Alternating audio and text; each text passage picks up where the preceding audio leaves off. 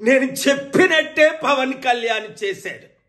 అన్నైన నాగబాబుకి ఇచ్చేశాడు ఎమ్మెల్సీ. మరి చంద్రబాబు నాయుడు గారు టీడీపీ తరపునే కదా ఇచ్చారు. ఏం చెప్పారు వర్మకి పిఠాపురంలో? నువ్వు పవన్ కళ్యాణ్కి మద్దతు పోటీ చేయకుండా నెక్స్ట్ ఎమ్మెల్సీ నీకే ఇస్తానని దేవుడి సాక్షిగా చెప్పాడు.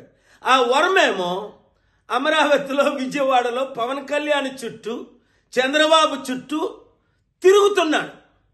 అయ్యా మీ మాట నిలబెట్టుకోండి అని. బుద్ధుందా వర్మ? వాళ్ళ మాట నిలబెట్టుకోరని అప్పుడే చెప్పాను కదా. మరి ఈ మధ్యని పిఠాపురం మాజీ వైసీపీ ఎమ్మెల్యే దొరబాబు ఎవరోట మళ్ళీ జనసేనలో చేరాడు. ఒరే నాకు అర్థం అవ్వట్లేదు, అసలు మీకు బుద్ధి బుర్ర ఉందా? 2008లో ఇదే పవన్ కళ్యాణ్ చిరంజీవి ప్రజారాజ్యం పార్టీ పెట్టి 100 కోట్లు 1000 కోట్లు కలెక్ట్ చేశారని మనం అందరం విన్నాం. కొంతమంది సూసైడ్ కూడా చేసుకున్నారు. మరి అదే ప్రజారాజ్యం ఇప్పుడు జనసేనగా ఆవిర్భవించిందని అదే చిరంజీవి చెప్తున్నాడు. అంటే అర్థం ఏంటి? అదే పాలసీలతో వచ్చే ఎలక్షన్లో మరలా మేము 100,000 కోట్లు కలెక్ట్ చేస్తాం, మా కుటుంబం మాత్రం ఎమ్మెల్సీ, మంత్రి, ముఖ్యమంత్రి పదవులు అనుభవిస్తాం. తెలివైనోడు ఎవ్వడు ఆ పార్టీలో చేరడు.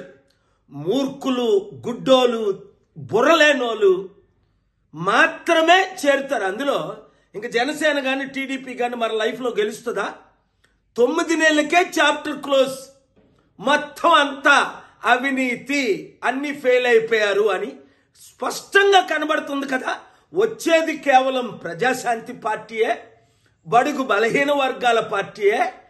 మన బీసీ, ఎస్సీ, ఎస్టీలు అందరూ ఇప్పుడు ఎందుకు కమిటీల్లో చేరిపోతున్నారు? ఐఏఎస్, ఐపీఎస్లు మొదలుకొని మాజీ ఎమ్మెల్యే, మినిస్టర్ల వరకు. మీరు కూడా ప్రజాశాంతి పార్టీలో చేరండి, ప్రజలకు సేవ చేయండి. కుటుంబ కుల పార్టీకి ఇప్పుడైనా గుడ్ బై చెప్పండి. చెప్పని మీ ఎమ్మెల్యేలకు, అరే యూత్, నిరుద్యోగులు, మీరు వాళ్ళకు బుద్ధి చెప్పండి. ఈ వీడియో సత్యమైనది గనుక అందరికీ షేర్ చేయండి. Please subscribe .news.